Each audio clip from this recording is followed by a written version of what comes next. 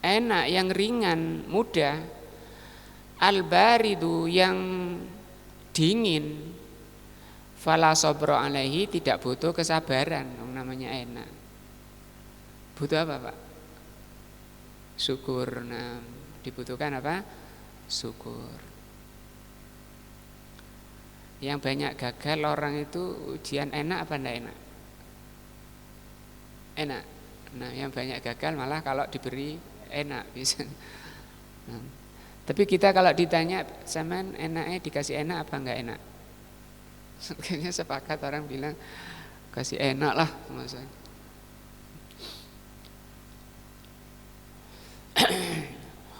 Lihada najidul anbiya, dari itu kita dapati para nabi itu